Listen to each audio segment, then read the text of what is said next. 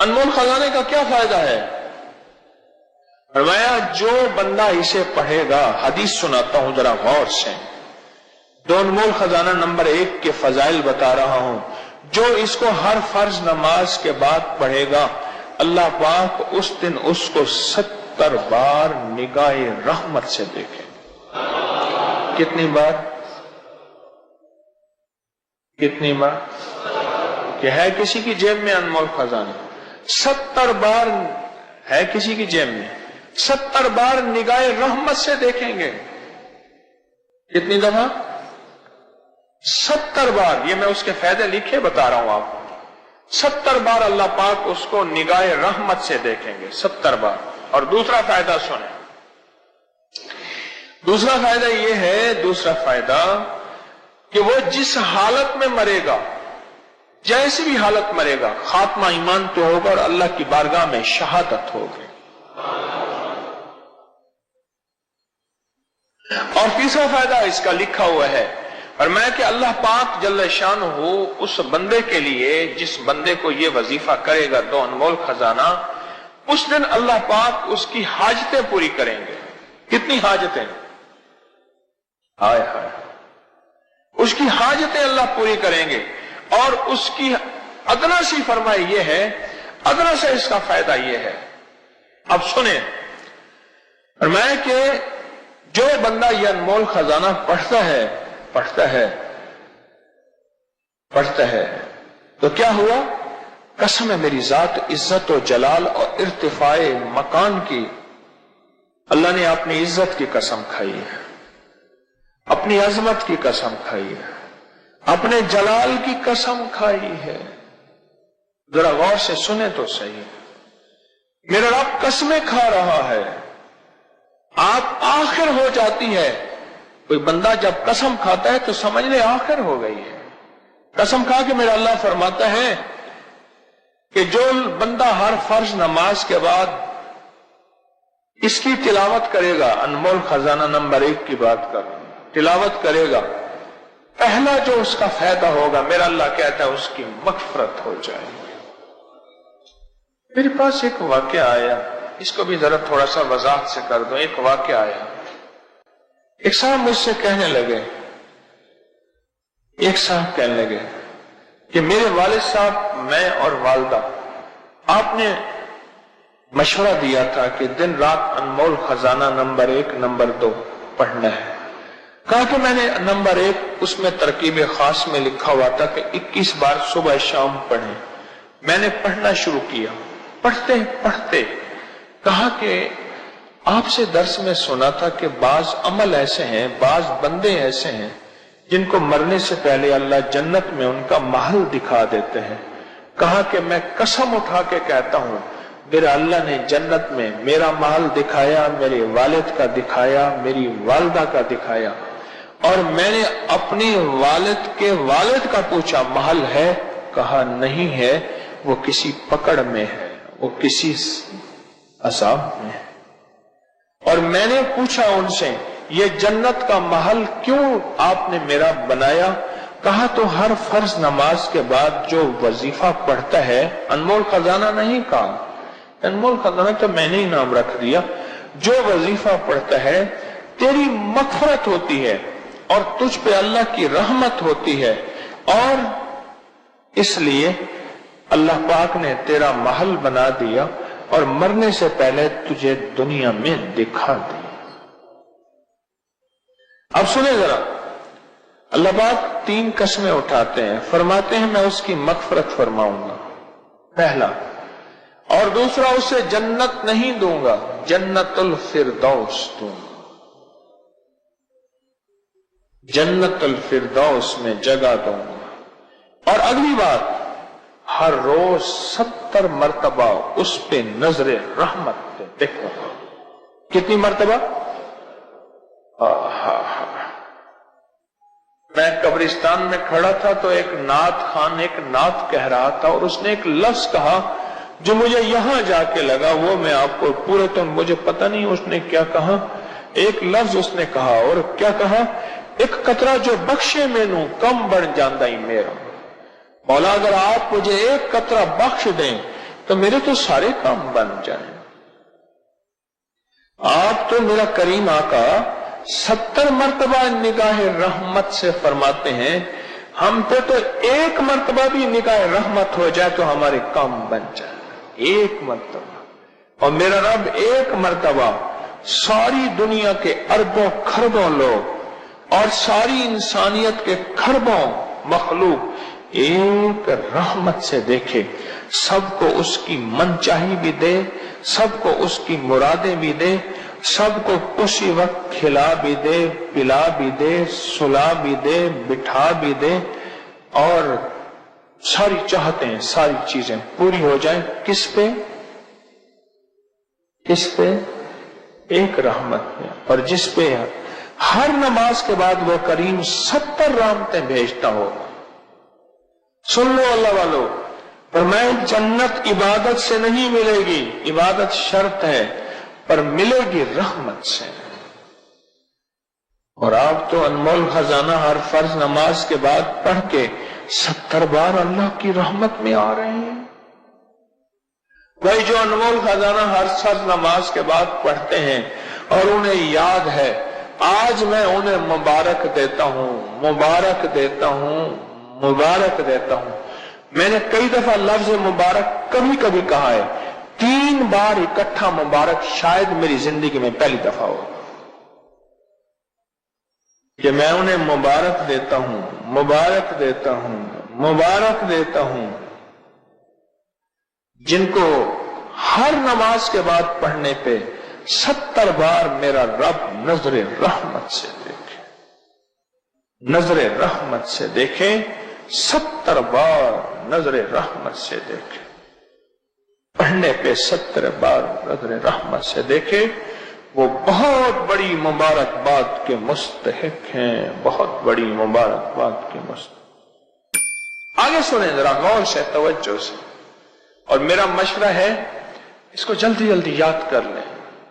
پہلا فائدہ کیا ہے؟ اللہ اس کی مغفرت فرمائیں گے۔ دوسرا فائدہ جنت الفردوس عطا فرمائیں گے۔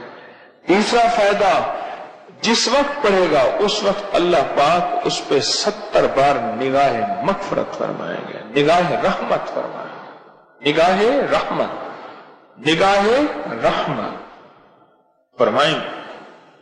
یہ حدیث عرض کر رہا ہوں، صحیح حدیث ہے، یہ وہ پڑھ کے سنا رہا ہوں۔ اور چوتھا فائدہ سنیں، چوتھا فائدہ اس کی 70 حاجتیں پوری ہوں گی۔ کتنی حاجتیں؟ 70 حاجتیں پوری ہوں گی۔ اور حدیث کے الفاظ ہیں، ادنا حاجت کا درجہ یہ ہے کہ ہم اس کو معاف کر دیں۔ اب بولو کتنے فائدے ہو گئے؟ 4 فائدے ہو گئے۔ چوتھا فائدہ یہ ہے کہ اس کی 70 حاجتیں پوری کروں گا۔ اور 5واں فائدہ سنیں، 5واں فائدہ یہ ہے اس کو دشمنوں پر میں غلبہ عطا کروں گا۔ تفسیر روح المعانی، حوالہ جلد نمبر 3 صفحہ نمبر 106، اور معارف القرآن میں بھی اس کا حوالہ موجود ہے۔ شیخ محمد شفیع رحمت اللہ علیہ نے لکھا ہے۔ ہاں،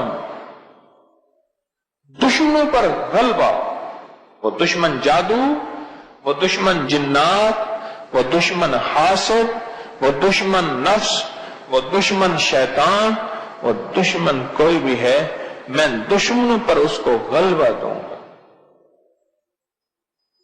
اور اس میں ایک اور چیز ہے، انمول خزانے میں ایک اور چیز ہے، وہ ہے سورۃ توبہ کی آخری 2 آیات۔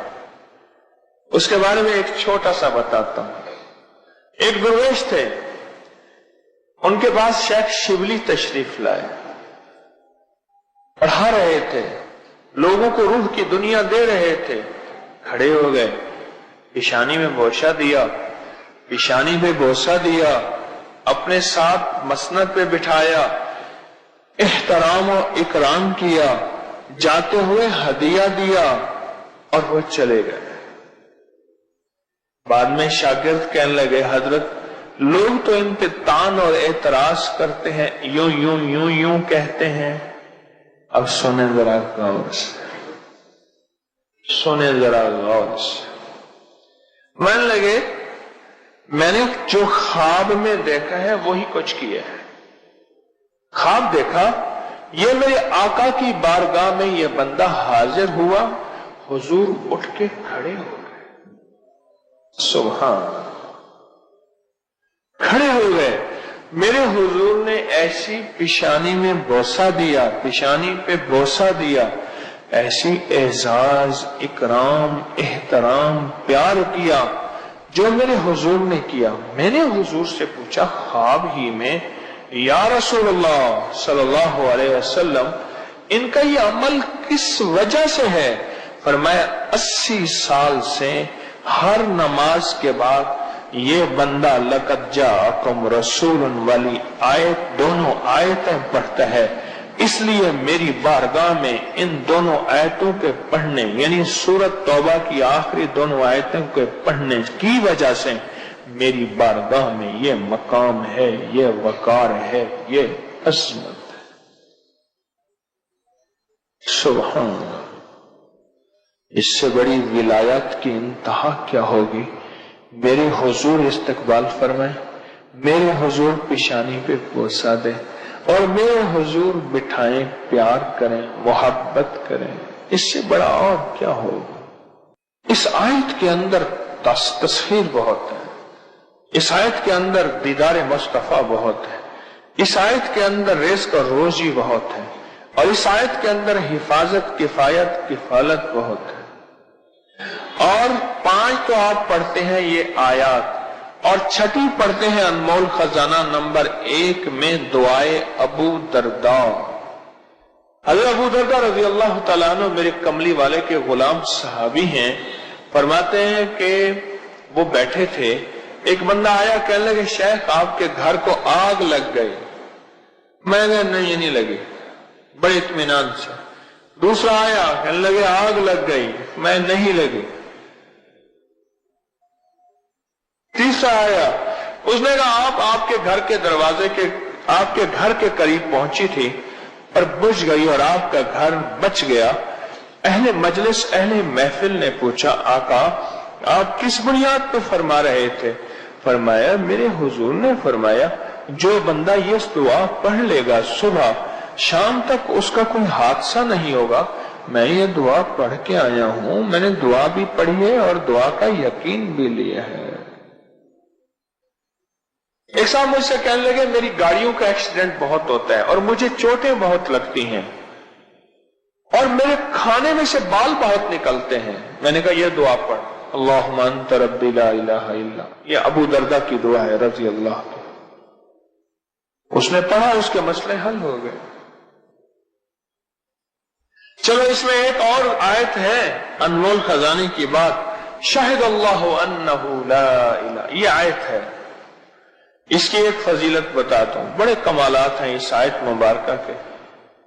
2 بندے جا رہے تھے سفر میں جا رہے تھے، رات کو جنگل پڑ گیا تو کسی محفوظ جگہ پہ جنگل میں اپنا قیام کا ارادہ کیا کہ رات یہیں سو جائیں کسی محفوظ جگہ پہ۔ آدھی رات میں آنکھ کھلی اور کانوں نے سنا 2 بندے آپس میں باتیں کر رہے ہیں پر نظر نہیں آ رہے ہیں۔ ایک کہنے لگا اس کو چھیڑیں، اس کو تنگ کریں، پریشان کریں۔ دوسرا کہنے لگا پردیسی مسافر ہے، پردیسی مسافر، اس کو کیوں چھیڑیں گے؟ جو بندہ سو رہا تھا اور وہ سن رہا ہے، اس کو کیوں چھیڑیں گے؟ اور دوسرا کوئی شیطان مزاج کا تھا، اس کے مزاج میں شیطانیت تھی، یوسوس فی من الجنۃ والناس، کوئی ایسا تھا، خرناس تھا۔ اس نے پھر کہا، اب یہ سن رہا اور وہ سزا دینے پہ تلا ہوا ہے، سزا دینے پہ تلا ہوا ہے۔ آخر کہتے ہیں میں نے سوتے سوتے مجھے کسی نے بتایا تھا، درویش نے، جو بندہ یہ آیت پڑھ لے گا کسی کا وار نہیں چلے گا۔ کیا نہیں چلے گا؟